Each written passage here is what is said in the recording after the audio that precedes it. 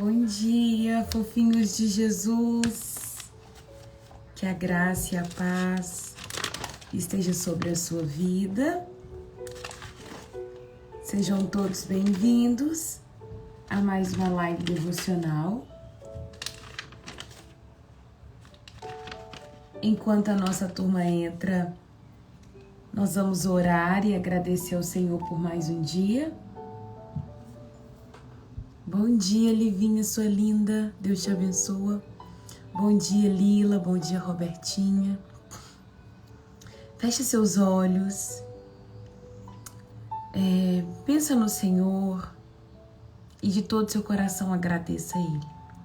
Se tem uma coisa que move o coração de Deus, é um coração grato, um coração sincero, um coração quebrantado, um coração que entendeu quem Ele é. Pai, nessa manhã nós queremos te agradecer porque o Senhor é bom e tem cuidado de nós.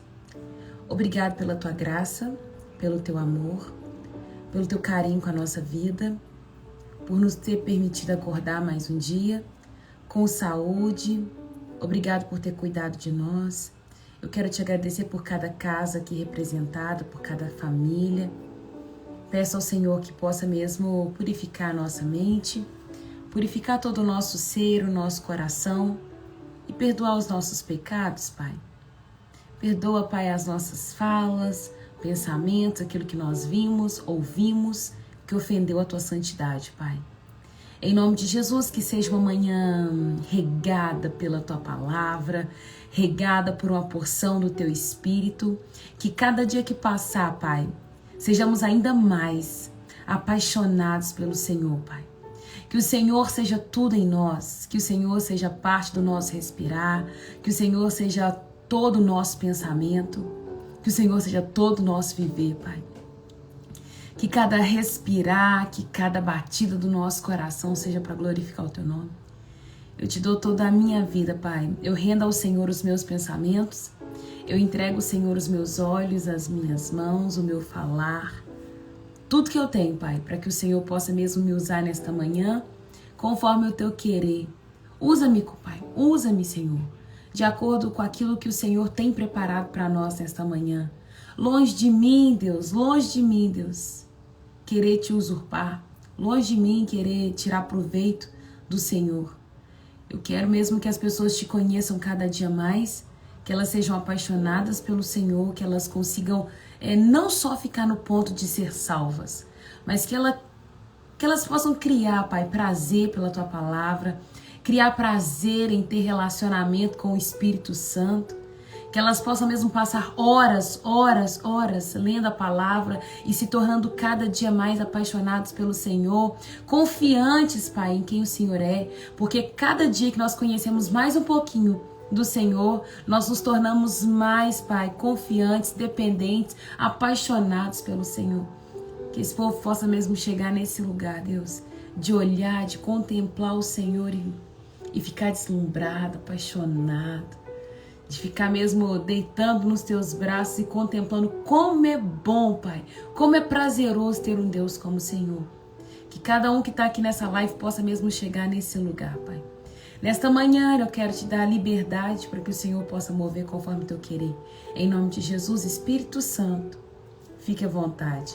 Que o Senhor tenha liberdade para tocar corações, salvar, curar, transformar, fazer corações se arrependerem. Tira o pecador das trevas, Pai. Usa conforme o Teu querer em nome de Jesus e faça o Teu reino conhecido. É o que eu te peço em nome de Jesus. Amém. E amém. Esfrega a mão assim, ó, esfrega a mão assim, ó. Faz assim. Esfrega a mão assim.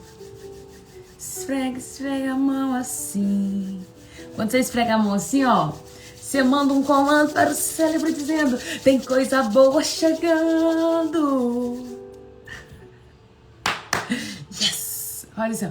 Yes! Tem algo acontecendo. Ó, agora você dá uma respirada boa, assim, ó. Respirada boa. Se você tem um pouco de água, beba um pouco de água.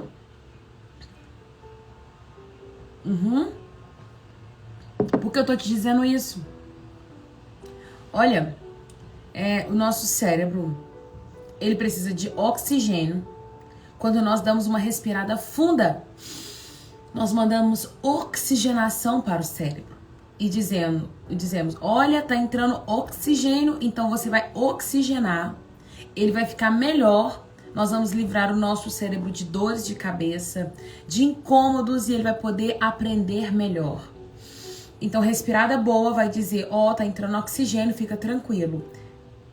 Água para hidratação, olha, já são 8h38. Você precisa ter bebido pelo menos 500 ml de água. Você precisa beber água. Beba água. A gente já acorda desidratado, sabia? Então, pois é.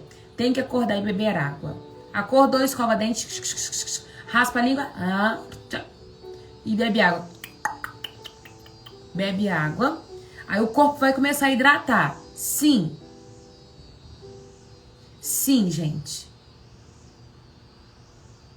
É verdade. Essa Raira levanta até domingo com esta animação. Sim, eu levanto assim. Val me encontrou no domingo, né, Val? Domingo, eleição, estava assim.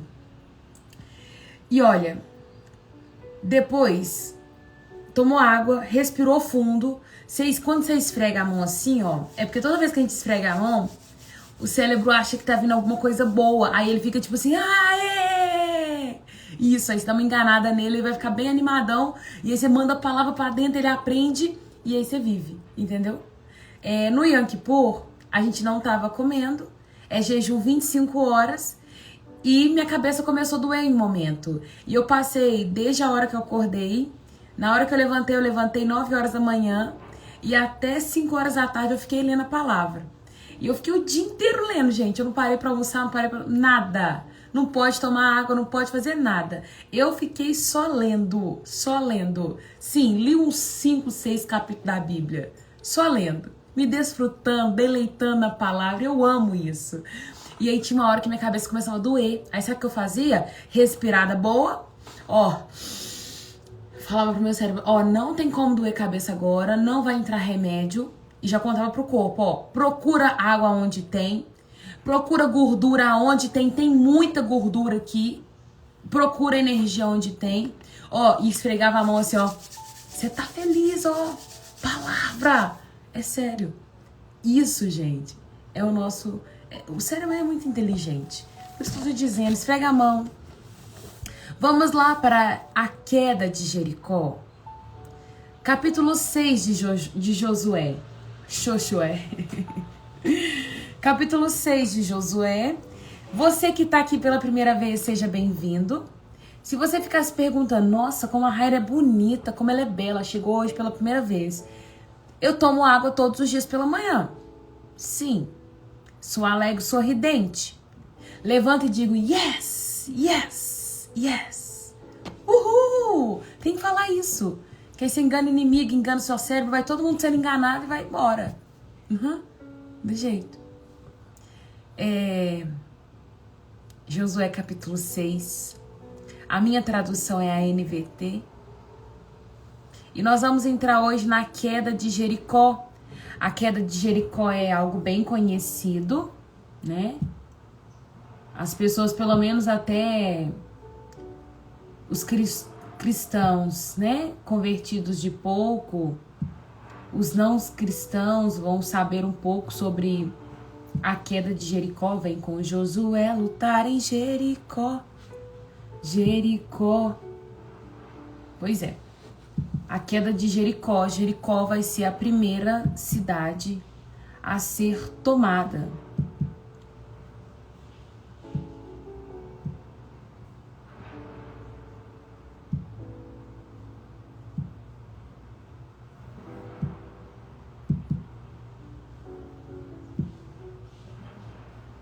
Jericó, a primeira cidade a ser tomada. Vamos lá.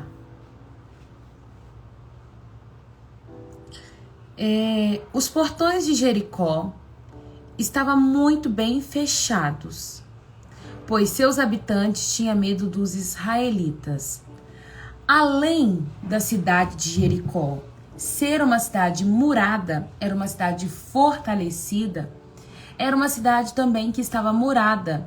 Eu não sei se vocês, a maioria que está aqui hoje, estava ontem, mas ontem eu mostrei no mapa o ponto quando os israelitas estão atravessando do ponto ocidental para o ponto oriental do Jordão, do ponto leste para o ponto oeste, e quando eles vão chegar no Monte Gilgal, e quando eles vão invadir a cidade de Jericó. Jericó é a primeira cidade a ser tomada pelo povo judeu, né? Pelo povo lá hebreu. Jericó era uma cidade que ainda tinha influências grandiosas pelo Egito. O Egito ainda mantinha uma relação política muito grande com Jericó. Então Jericó era uma cidade muito forte, inclusive em cunho político, econômico, era uma cidade muito forte. O Egito ele trocava muita coisa com Jericó. Tinha um comércio ali muito grande. Jericó ele tinha uma cultura muito parecida com a do Egito, inclusive deuses, cultura religiosa, o costume de colocar máscaras no culto de adorações para os seus deuses. Tinha esse costume e eles tinham esse mesmo hábito religioso. Então, Jericó e o Egito, eles tinham uma parceria muito grande. Então, quando o povo de Israel, ele sai do Egito, Jericó é uma das primeiras cidades a ficar sabendo, porque os comerciantes que saem do Egito e vai comprar em Jericó, fala, opa, olha, você acredita que lá, nós estamos passando a pitimba feia, você acredita? Porque além do povo que era escravo nosso, trabalhava pra gente, fulano Mariazinha saiu lá de casa, não tá dando faxina mais. Por quê? Trabalhava lá em casa, agora o povo, Deus dela, tirou ela lá de casa, foi atravessar Mar Vermelho, o povo que saiu foi comido pela água, e a gente tá passando uma situação feia, a pitimba danada lá no Egito, e foi levando a notícia pra Jericó. Não, e aqui dono do bar? Dono do bar fechou a mercearia do Sinhá, não sei o que, não sei o que, não sei o que, e fechou também o ferreiro do não sei quanto, e foi todo mundo dando notícia. E você teve notícia do palácio do Faraó também tá zerado, filho dele morreu, o primogênito morreu, nós estamos sem primogênito, sobrou só do meio o caçulinha, o mimado e o que a gente não notava. Sim, primogênito morreu. Estamos vivendo uma catástrofe feia no Egito. E a notícia chega em Jericó. E Jericó, que era uma cidade fortalecida, começa a ficar com muito medo, uma vez que eles sabiam que o Deus invisível estava dando a terra de Canaã para aquele povo. E Jericó estava dentro da terra de Canaã. E aí, opa, a minha terra está aqui dentro. Então, o que Jericó faz? Mantém os seus portões fechados. E ali começa. O primeiro versículo do capítulo 6 é eles falando: os portões de Jericó estavam muito bem fechados, pois seus habitantes tinham medo dos israelitas. Ninguém podia sair e nem entrar, pois o Senhor disse a Josué: eu lhes entreguei Jericó, seu rei, e todos os seus fortes guerreiros. Então quer dizer que Jericó não era uma cidade qualquer. Era uma cidade muito bem fortalecida e tinha também guerreiros. Você e seus homens de guerra marcharão ao redor da cidade uma vez por dia durante 6 dias. 7 sacerdotes irão à frente da arca, e cada um levará uma trombeta de chifre de carneiro. No 7º dia, marchem ao redor da cidade 7 vezes, enquanto os sacerdotes tocam trombetas. Quando os sacerdotes fizerem soar um toque longo, todo o povo dará um forte grito de guerra, então cairá o muro da cidade, e o povo atacará cada um o ponto onde estiver. Gente, parece uma loucura, né? Se Deus disse que vai acontecer, vai acontecer. E quem é que pode ir contra a palavra do nosso Deus? Um Deus que é vivo. Olha, eu falo pra você, não sei o que Deus te prometeu, não sei o que Deus falou com a sua vida, mas se Deus disse que vai acontecer algo com você, pode ter certeza que vai acontecer. Porque o nosso Deus, ele é fiel pra falar e cumprir. Independente da situação que você esteja vivendo ou de quão difícil é executar aquilo que ele te prometeu. independente. Por quê? Eu vou mostrar para você agora com fotos e nós vamos falar um pouco do contexto histórico e como que era aquela questão na época. Já falei que Jericó era uma cidade muito bem fortalecida. Jericó era uma cidade que ficava num ponto bem estratégico. Vou mostrar para vocês. Essa é a cidade de Jericó, tá vendo? Jericó era uma cidade que não era somente com um muro. Quando a gente leu lá no primeiro capítulo, deixa eu ver, capítulo 1, que vai falar de capítulo 2, a gente falou da prostituta Raabe. Raabe fala que ela morava entre os muros da cidade. Vai ter comentarista, vai ter pessoas que vai dizer que entre os muros é que ela morava em cima do muro ou que ela morava colada no muro, mas demais e a maioria dos estudiosos vão dizer que entre os muros é que Jericó, pelo fato de ser uma cidade tão precavida, que eles tinham 2 muros, que havia esse muro primeiro, né, o muro, esse muro por fora, aí essas primeiras casinhas que onde está esse ponto vermelho é como se fosse a periferia da cidade. E Raabe morava nesse ponto, na periferia, onde se a cidade fosse atacada, as famílias pobres, as famílias que fossem de baixa condição social, seria atacada primeiro e depois no centro da cidade, os bons da boca.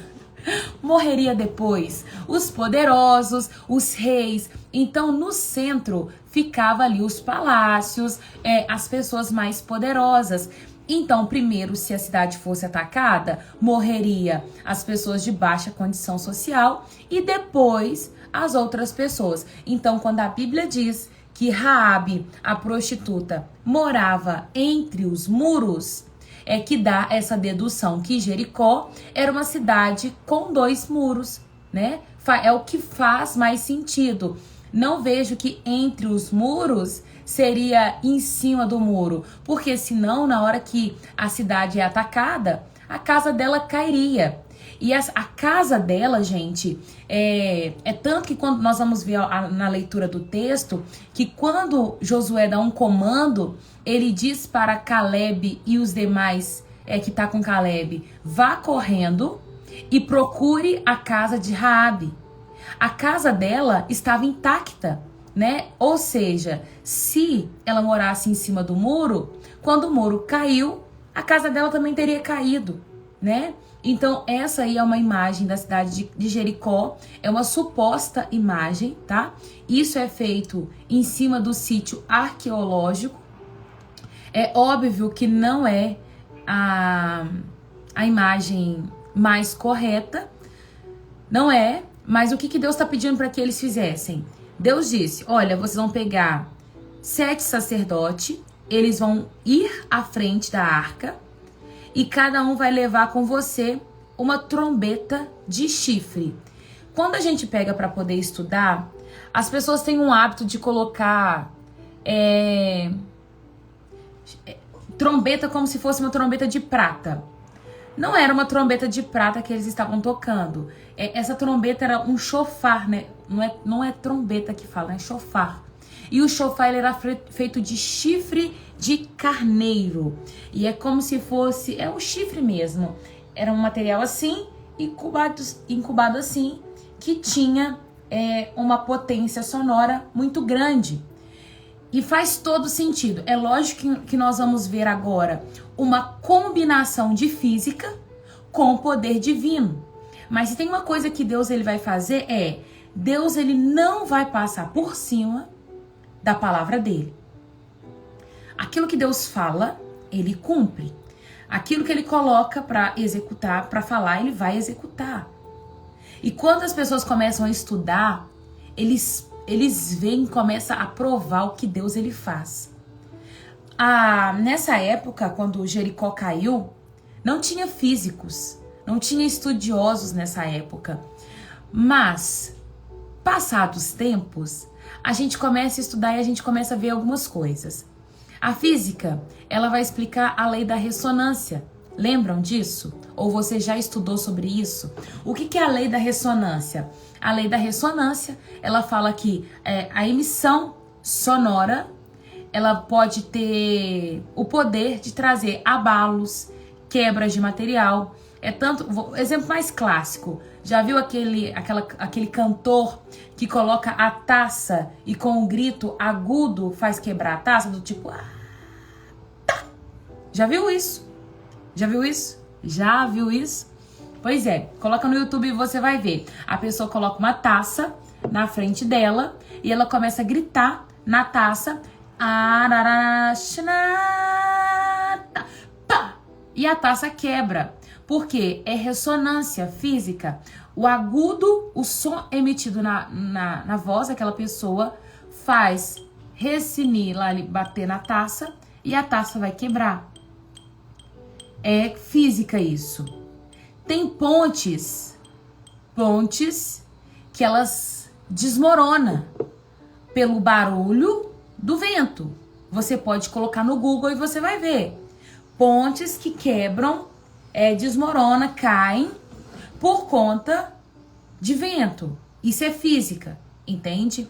Tem muita coisa que vai quebrar, que vai cair por conta de efeitos sonoros. Depois, quando terminar a live, você vai na internet e vê a lei da ressonância e procura saber. É o som emitido que faz romper, quebrar algo. É física. Então, o que Deus está falando? Deus está dizendo, vocês vão tocar, vão dar 6 voltas. E vão dar 6 voltas tocando. Ele está dizendo, olha, vão pegar o chifre, olha como é que era o chifre, vou colocar aqui mais uma imagem. Era mais ou menos isso, olha. Está indo 7 sacerdotes irá à frente da arca, tá vendo a arca sendo carregada lá atrás? A arca com ali os sacerdotes carregando ela no ombro. Olha que graça, gente.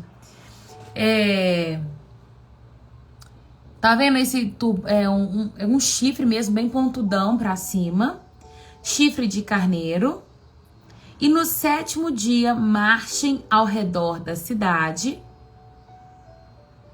7 vezes. Enquanto o sacerdote toca as trombetas, então cairá o muro da cidade e o povo atacará. Só que quando... Peraí, cadê?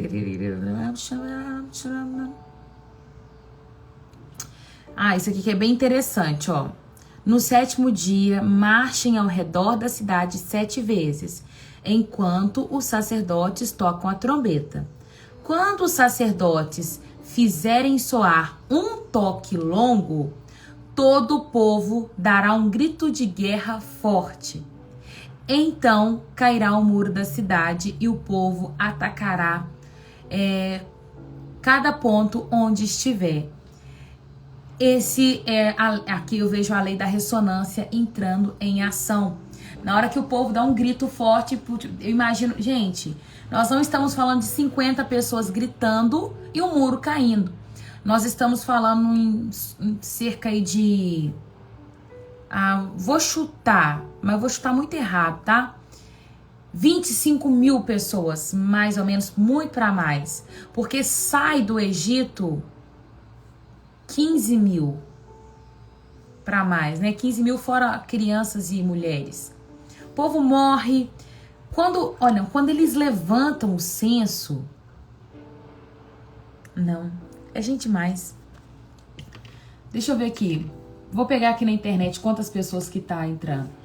Quantas pessoas entram na Terra Prometida com Josué e Caleb?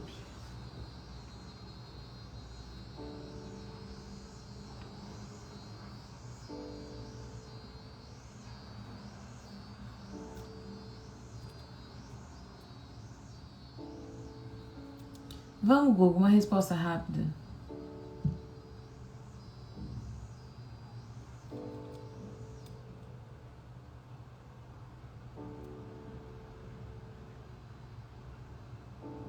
Não, gente. Não tem uma resposta rápida no Google. Mas a gente vê o censo sendo levantado e a gente vê, tipo, tribo de Ruben, 66 mil. Tribo de Gad, 30 mil.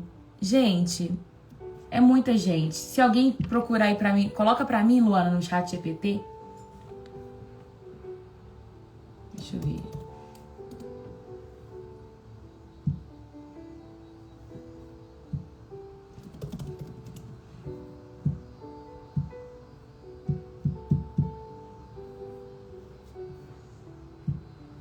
Eu sei que foram muita gente. Muita gente. Se a gente pegar aí por uma base baixa, baixinha.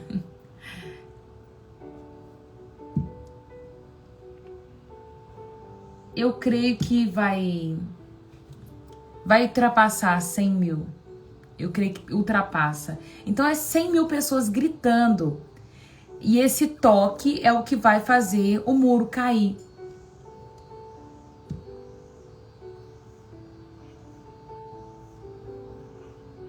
Não quero não.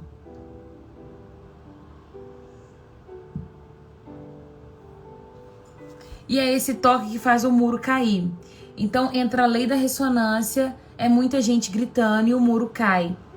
E aí no versículo 6 vai dizer: Josué, filho de Num, reuniu os sacerdotes e disse: levem a arca da aliança e escolham 7 sacerdotes para irem à frente dela, cada sacerdote com uma trombeta de chifre de carneiro.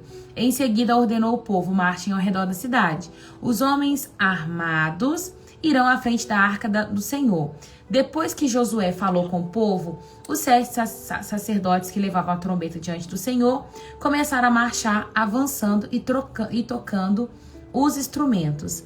A arca da aliança do Senhor ia atrás dele. Alguns dos homens armados iam à frente do sacerdote que tocavam as trombetas e os outros iam atrás da arca. Enquanto os sacerdotes tocavam sem parar, Josué ordenou: não soltem o grito de guerra. Não diga palavra alguma, até que lhe deem a ordem. Então vocês gritem. Assim a arca foi levada ao redor da cidade apenas uma vez naquele dia. Depois voltaram ao acampamento e passaram a noite. No dia seguinte, Josué se levantou cedo e mais uma vez os sacerdotes levaram a arca do Senhor. Os 7 sacerdotes, com as trombetas de chifre de carneiro, marcharam à frente da arca, tocando seus instrumentos. Os homens armados marcharam à frente da cidade, dos sacerdotes e das trombetas, e atrás da arca do Senhor, enquanto os sacerdotes tocavam sem parar. No segundo dia, marcharam ao redor da cidade, uma vez, e depois voltaram ao acampamento. Fizeram o mesmo por 6 dias. Deixa eu parar aqui. O número total de pessoas que entraram na Terra Prometida com Josué e Caleb pode ter ultrapassado 2 milhões, segundo o ChatGPT. Muito obrigada, Luana. Olha pra você ver, 2 milhões de pessoas. É gente demais gritando. Faz todo sentido esse grito ecoando, e é um grito forte, e o muro rompeu, né? Muito obrigado, Lulu. No 7º dia, os israelitas se levantaram ao amanhecer e marcharam ao redor da cidade, como havia feito antes. Dessa vez, porém, rodearam a cidade 7 vezes. Na 7ª vez, entrem, o Senhor lhes entregou a cidade. Jericó e tudo que há dentro dela completamente serão destruídos como oferta ao Senhor. Somente a prostituta Raabe e os outros que estiveram em sua casa serão poupados, pois ela protegeu os espiões. Eu vou grifar essa parte que não estava grifada na minha Bíblia. E eu vou trazer uma curiosidade hoje para vocês, tá? Não levem coisa alguma daquilo que foi separado para destruição, ou vocês mesmos serão completamente destruídos e trarão desgraça ao acampamento de Israel. Toda a prata, todo o ouro, todo objeto de bronze e ferro serão separados para o Senhor e deverão ser separados para o seu tesouro. Quando o povo ouviu o som da trombeta, gritou com toda a força, e de repente o muro de Jericó veio abaixo. O povo atacou a cidade, cada ponto onde estava, e a tomou. Com suas espadas destruíram completamente tudo que havia dentro dela. Homens, mulheres, jovens, velhos, bois, ovelhas e jumentas. Josué disse a 2 espiões: cumpra a sua promessa. Vão à casa da prostituta e tirem de lá com toda a sua família. Então os homens que havia espionado a terra entraram na cidade e tiraram de lá Raabe, seu pai, sua mãe, seus irmãos e todos os outros parentes que estavam lá com ela. Levaram a família e toda para um lugar seguro, fora do acampamento da cidade de Israel. Os israelitas incendiaram a cidade e tudo que havia dentro dela. Vou trazer curiosidade. Versículo 24, Lu. Guardaram somente a prata, o ouro e todos os objetos de bronze e de ferro para o tesouro da casa do Senhor. Josué, no entanto, poupou a vida da prostituta Raabe e de seus parentes que estavam na sua casa, pois ela escondeu os espiões de Josué que tinha enviado a Jericó, e até hoje ela vive no meio de Israel. Naquela ocasião, Josué pronunciou esta maldição: que a maldição do Senhor caia sobre qualquer um que tentar reconstruir a cidade de Jericó.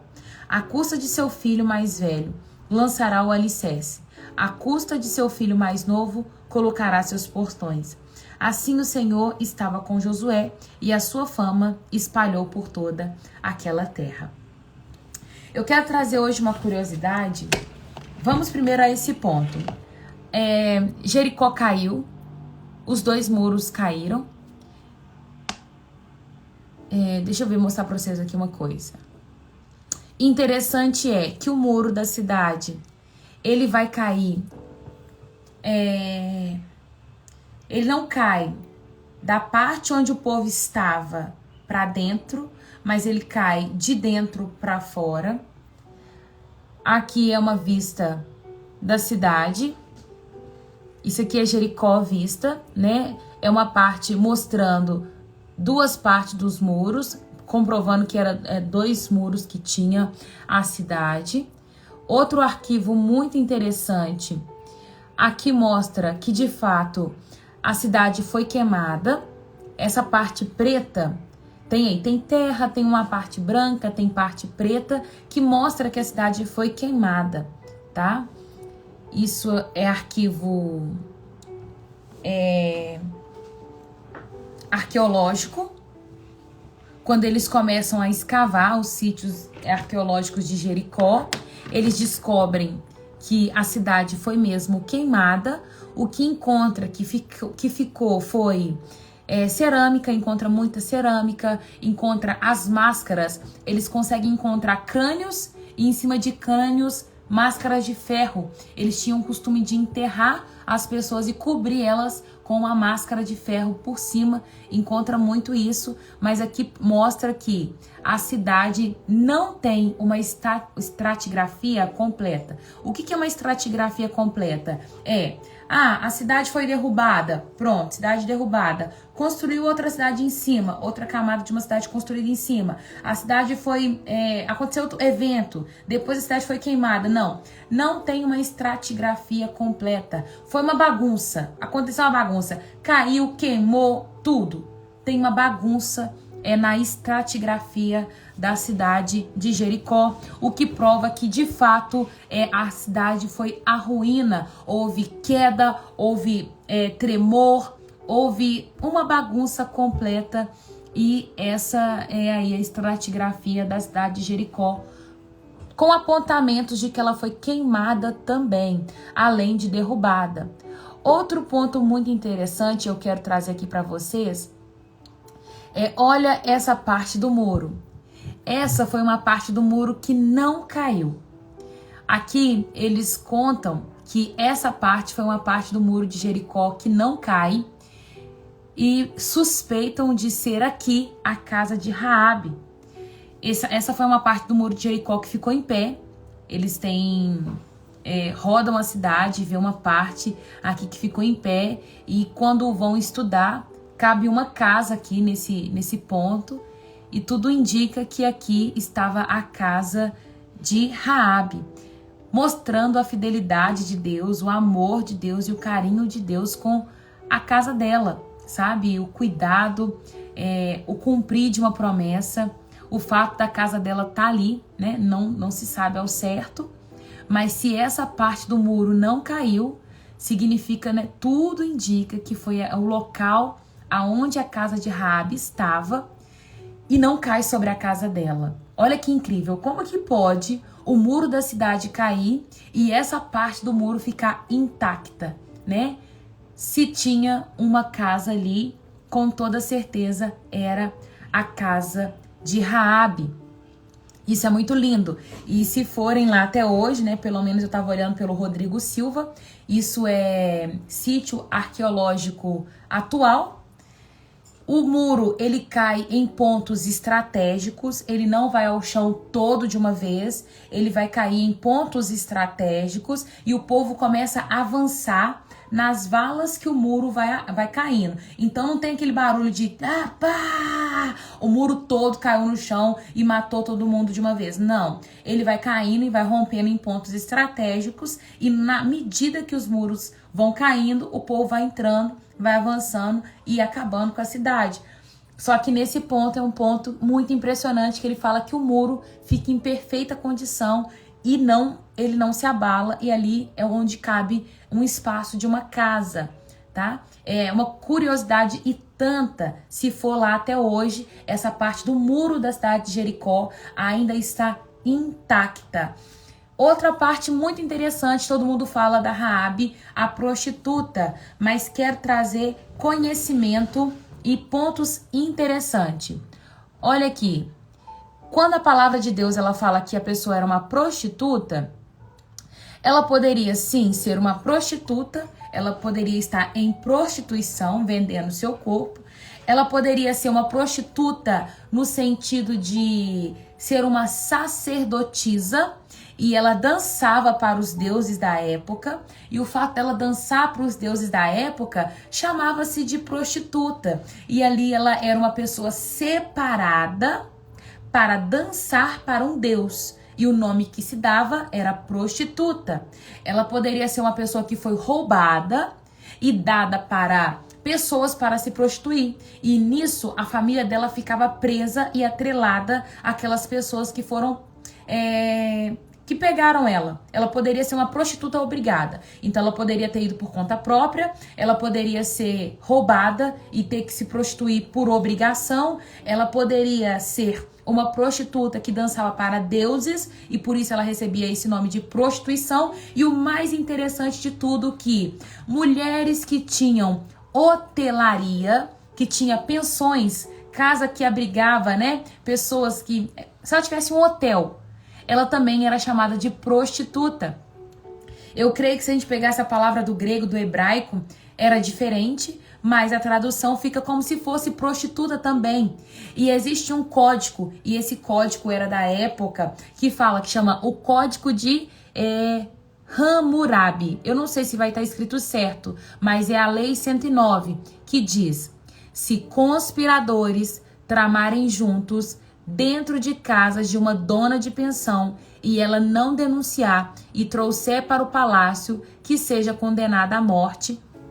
Faz todo sentido isso aqui. Olha o que a lei está dizendo.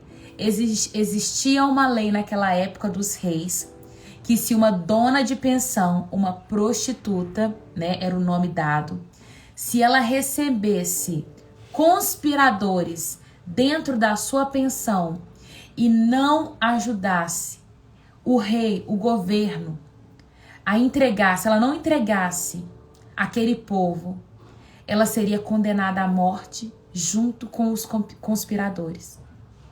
Por isso, aquele povo bate na casa de Raabe e diz: Raabe, passou alguém aqui? Entende? Olha que coisa mais interessante.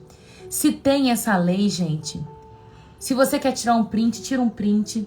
É uma lei, é uma curiosidade que eu tô trazendo para vocês. É um ensinamento que eu acho super válido, porque até então eu só tinha escutado pregar que Raabe era uma prostituta.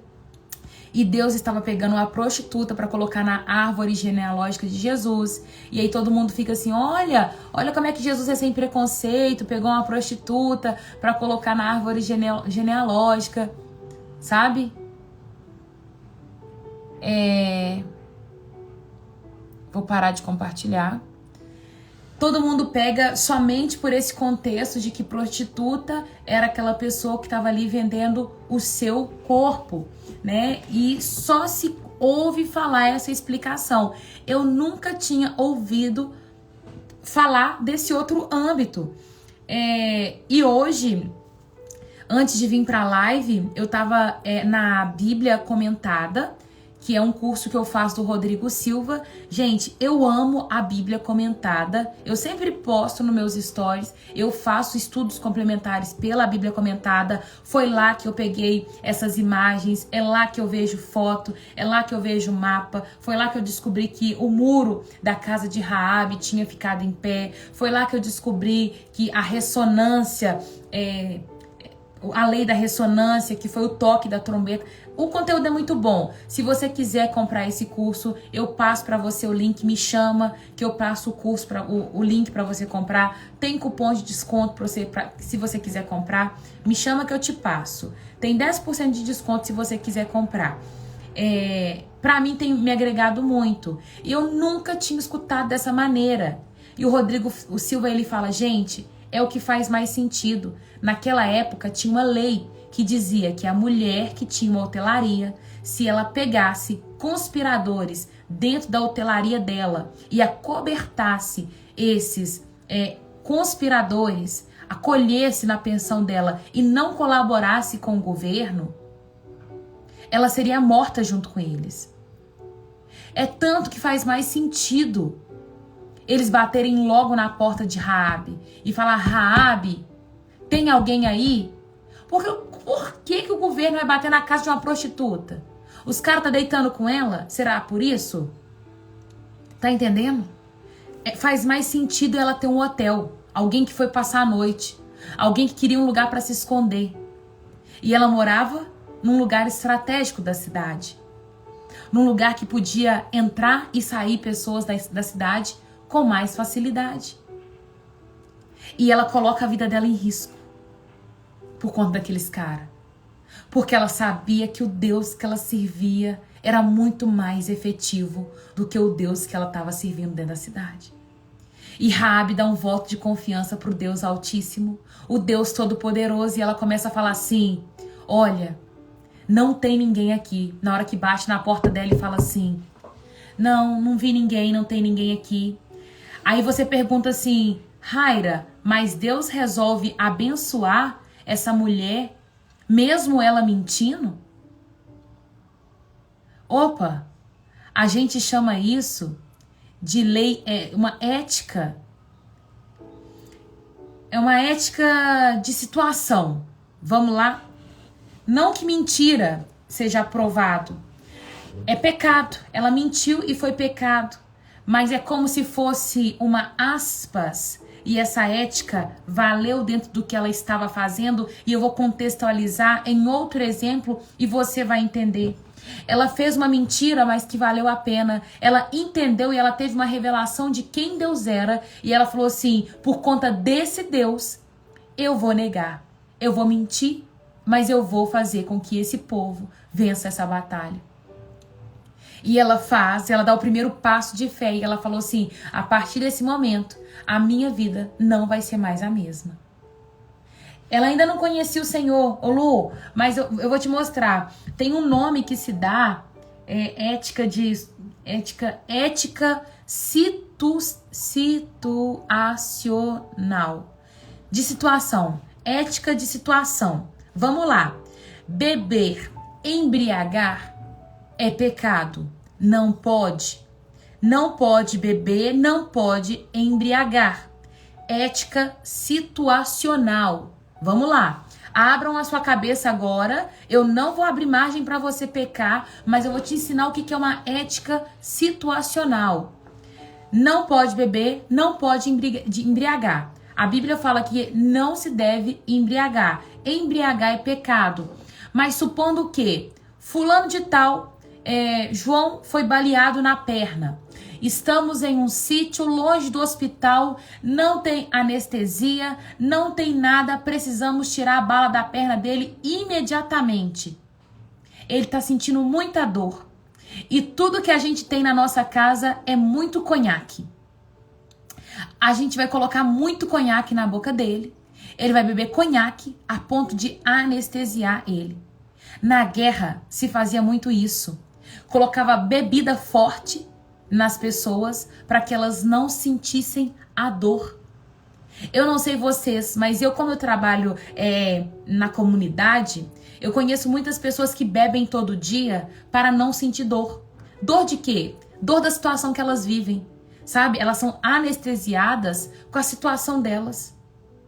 De fome, de não aguentar mais, de não ter pai, de não ter mãe, de N situações. A bebida anestesia a pessoa. Então, naquela situação que eu preciso tirar uma bala da perna de uma pessoa, eu preciso colocar uma bebida forte na boca dela para eu arrancar aquela bala. Eu não tô embebedando ela porque eu quero deixar ela tonta, mas eu quero anestesiar aquela pessoa e eu não tenho outro meio.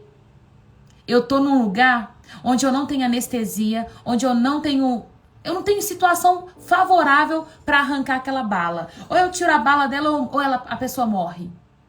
Tá entendendo? É uma ética situacional. É a opção que eu tenho. Vocês estão conseguindo entender? Era a opção que Raabe tinha. Ou ela mentia, ou aquele povo morria. Se ela entrega aquele povo, eles não entravam na Terra Prometida. Ética situacional. Não quero abrir margem para mentira, não quero dar vazão para que vocês entrem em pecado, mas vai ter momentos que nós vamos ter que entrar em ética situacional. Não tem como você virar para uma pessoa que estava na guerra. Pensa lá no Iraque. Pensa em Israel que está em guerra. Alguém que está longe não tem como atravessar para ir para o médico. E tudo que talvez eles têm é acesso a uma garrafa de bebida forte. E tem alguém no campo de batalha, estraçalhado, sentindo muita dor. Não tem paracetamol, não tem dipirona, não tem morfina, não tem um remédio para dor e tudo que eles têm é uma garrafa de bebida. Vira tudo na boca e toma e para de sentir dor. Entende? Porque a bebida, ela traz anestesia para aquele momento. Já vi tanta gente que bebe e cai e toma tombo e não sente. Caiu, bateu a cabeça, no outro dia tá com a cabeça rachada. E você fala assim, onde você caiu? Não sei. Também não seria uma mentira, seria omitir uma verdade por algo maior de omissão. No caso de Raabe, ela mentiu. Ela falou uma mentira. E mentir é pecado, mas foi ética situacional. É muito complicado explicar isso. Eu trouxe o fato da bebida para ver se conseguia ampliar isso na mente de vocês, para vocês conseguirem entender. Porém, é um assunto muito polêmico e eu tentei explicar da forma com a bebida para ver se dava uma ampliada. Mas mesmo assim, não é todo mundo que vai conseguir entender. É pecado beber? Larissa, beber não é pecado, mas a palavra de Deus diz que é pecado você embriagar. Então, pra mim, um copo de bebida pode ser que seja pecado, porque eu vou ficar tonta com um copo. Tem uns que vai ficar tonto com meio copo. Quanto será que é pecado pra você? Entende? Tem gente que vai beber 2 copos, tem gente que vai beber 1 copo, tem gente que vai beber 1/3. Então a gente não sabe qual que é o seu ponto de embriaguez. Todavia, existe uma coisa que eu acho muito interessante. Vamos lá. Para você que perguntou se beber é pecado. Hoje eu ensino devocional para vocês. Todo dia pela manhã eu tô lendo Bíblia. Eu prefiro não beber, porque eu não quero fazer você pecar. Supondo que você é uma pessoa que tem problema com bebida. Você já no passado, você teve problema com alcoolismo. E você me chamou no privado e falou assim, oi Raira, tudo bem? Tô precisando de ajuda. Eu quero saber se você bebe. Aí eu sou uma pessoa que bebo, socialmente. Ai, Larissa, eu bebo socialmente. Você não quer entender se eu bebo socialmente, se eu não bebo socialmente. Você quer saber se eu bebo ou não. Não tem como eu virar pra você e falar assim, ai lá, eu bebo socialmente. Ou eu bebo, ou eu não bebo. Aí eu vou responder pra você, sim, Larissa, eu bebo. Aí quando eu falo pra você, eu bebo, você vira e fala assim, se a Raira que faz o devocional, lê Bíblia todo dia, bebe, por que eu não posso beber? Só que talvez você não vai ter o mesmo controle que eu tenho. Aí o que você faz? Você começa a beber, porque eu te dei legalidade pra você beber. Só que você não vai ter o mesmo controle que eu. E aí, por conta que eu te dei liberdade pra você beber, você vai beber. E por conta do seu problema no passado, você vai cair de volta no seu vício e você não vai sair mais. E por conta da minha vida, você tropeçou. E aí, por conta de você ter esse problema, eu prefiro não beber. Se alguém me pergunta, Raira, você bebe? Eu falo, não bebo. Acabou. Cortou o mal pela raiz. Não, a Raira não bebe. Se a Raira não bebe, eu também não vou beber. Acabou. Não dou margem.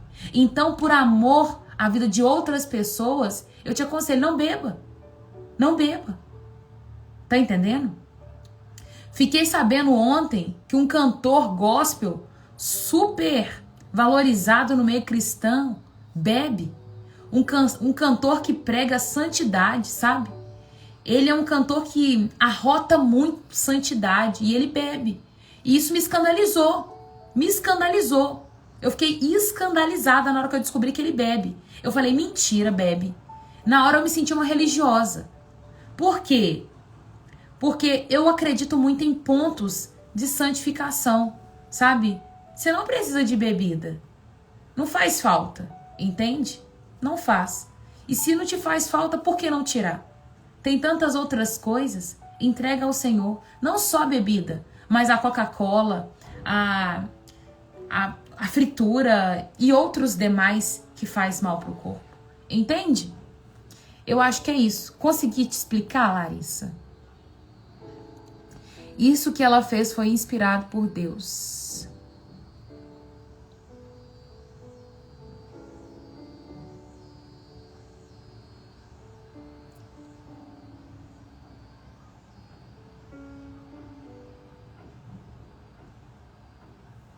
Então é isso, galera. Eu acho que eu excedi o horário. É isso, Val. Tudo me é lícito, mas nem tudo me convém. E eu não me deixarei dominar por nenhuma delas.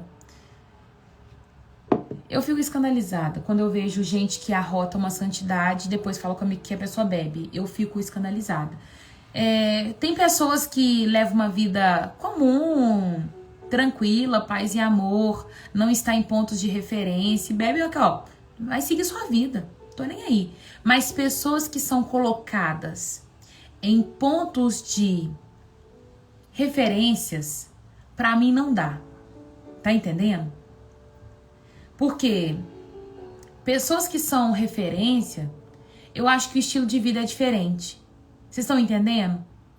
Olha, quando eu comecei a fazer live, eu fui amando do Senhor. Deus, ele começou a falar, abra o seu Instagram e comece assim. Só que a partir do momento que eu coloco a minha cara aqui, gente, vocês não sabem o peso que é. Não dá pra ter qualquer vida. Não dá, não. Não dá. Olha pra você ver, domingo eu abri o culto lá na igreja. E eu abri o culto com uma palavra. Depois, uma moça que tinha saído da prisão, ela saiu da prisão e ela foi pro culto na nossa igreja. E na hora que ela chegou na igreja, ela me chamou e falou, Raira, eu cheguei. Eu saí do lado de fora, fui abraçá-la, fui conversar com ela. E ali nós começamos a bater papo, eu abracei, perguntei como é que ela tava. E eu fiquei tão feliz por ela estar ali. Nós oramos, nós ficamos juntos. Uma irmã passou e falou assim, fez um comentário super infeliz e disse, que bonito, hein, Raira? Abriu o culto e agora tá do lado de fora conversando. Pra você ver o peso que é você ser uma referência. A irmã não quis saber o que eu tava fazendo ali. A primeira vez que uma pessoa saiu da prisão, não, a primeira vez que ela estava ali, ela tinha saído da penitenciária, estava na nossa igreja pela primeira vez, eu estava escutando a história dela, ela vem de um cenário de suicídio, ela tá morando sozinha, perdeu a mãe, tá sem as filhas dela, não tem ninguém, e é o primeiro contato que ela estava tendo com uma pessoa que abraçou ela, e a irmãzinha passa perto de mim e fala assim, que bonito, abriu o culto e tá aqui, do lado de fora da igreja. É o peso de você ser uma referência. As pessoas, elas querem te cobrar o tempo todo. Eu não posso dar uma respirada fora do lugar, não posso. Vocês estão conseguindo me entender? Eu falei, que comentário infeliz, hein, irmã? Mas graças ao Senhor Jesus, eu tenho o Espírito Santo, eu segurei a mão da menininha e falei assim, ô irmã, eu tô numa demanda muito especial.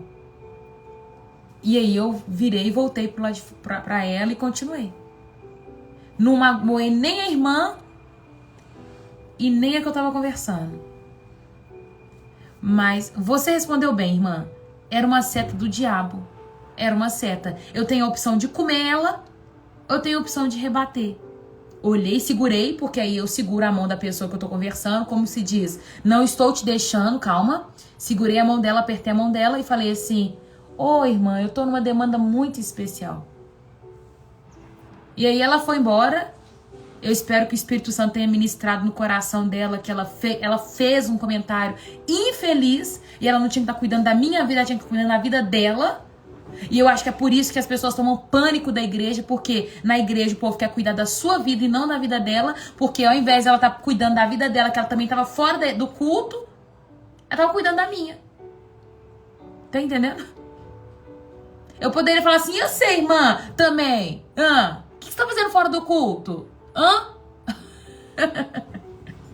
Mas graças a Deus, gente, eu aprendi que eu não tenho controle de nada, que eu tenho que viver uma vida simples, que eu tenho que gastar tempo com Deus. Aí continuei conversando com a irmã, abracei ela, beijei ela, e a gente ficou conversando, oramos, tirei foto, nós ficamos felizes, e tá tudo certo, né? Importa que ele cresça, que ele apareça, nananana. Vamos terminar esse devocional? Olha, você que tá aqui pela primeira vez, que ainda não aceitou Jesus como Senhor da sua vida e quer aceitar, escreva assim, Senhor Jesus, eu te aceito como meu único e suficiente. Jesus, meu Deus. Hora de tomar meu remédio. Gente, tem que ir embora. Meu telefone despertou. Você que quer voltar para Jesus e tá afastado do caminho, você escreve, Senhor Jesus, eu quero voltar. Se você tá vendo essa live depois, deixa nos comentários que eu vou orar por você. Mão no coração. Se você é salvo, escreve, eu sou salvo. E nós vamos orar por Deus. É isso. Mão no coração, repete a oração comigo. Senhor Jesus, muito obrigado por esta palavra. Que ela possa germinar em nosso coração e produzir muitos frutos, a 30, a 60, a 100 por 1. Pai, eu te agradeço por essa live devocional, por esse conhecimento que o Senhor derramou sobre as nossas vidas no dia de hoje. Meu Deus, obrigada porque o Senhor tem cuidado de nós, que essa palavra não se perca, que assim como o Senhor fez com aquele povo no passado, o Senhor faz também conosco. Eu vi, meu Deus, a mão do Senhor derrubando aqueles muros ali em Jericó. Embora hoje eu falei sobre a física, a lei da ressonância, o grito que aquele povo deu, que teve efeito também, mas nós cremos também na causa sobrenatural, que o Senhor estava ali, Pai, com a sua mão poderosa sobre aquela cidade, sobre aquele muro. Nós não invalidamos hora nenhuma, Pai, o poder do Senhor, porque se o Senhor tira a sua mão, Pai, a tua igreja não avança. Deus, nos dê sabedoria para que nós possamos mesmo avançar de acordo com o teu querer, de acordo com a tua vontade, de acordo com aquilo que o céu já liberou sobre a nossa vida. Levanta aqui, Pai, uma igreja sedenta, uma igreja sábia, uma igreja humilde, uma igreja simples, que ama o Senhor de todo o coração e esteja disposta a viver os teus planos. É o que eu te peço em nome de Jesus, que sejamos cada dia mais, Pai, conhecedores da tua palavra, amantes do Senhor, Pai, cheios do Espírito Santo. Quando eu digo cheios do Espírito Santo, Pai, são pessoas que exalam do fruto, do amor, da alegria, da paz, da longanimidade, da bondade, da temperança, de tudo aquilo que o teu Espírito carrega. Porque uma vez que ele está dentro de nós, ele traz todo o combo. É isso, Pai. Nos abençoa e nos deixa permitir viver a tua agenda. Em nome de Jesus, amém. Você que voltou para Jesus, você que aceitou ele pela primeira vez, tenha o seu nome escrito no livro da vida e bem-vindo à nossa família. É isso. Amo quando você traz imagem. Explica tudo com muita clareza. Ai, que bom, Kemily, fico feliz. Então, Kemily, isso diz muito sobre você, sabe? Pode ser que você seja a pessoa que aprenda vendo, entende? Precisa de imagem. Eu também preciso de imagem. Além de imagem, eu gosto de ouvir. Eu aprendo fazendo qualquer coisa, brincando com os passarinhos, mas eu gosto de ouvir, eu sou auditiva. Você pode ser visual. Tem pessoas visuais, pessoas auditivas, pessoas que escrevem. É isso. Beijo. Beijo que eu tenho que tomar remédio. Eu vou sair da live, tem que tomar remédio. Porque senão eu saio da live e eu esqueço. Fiquem com Jesus. Um beijo. Um queijo. E até amanhã, se Deus quiser.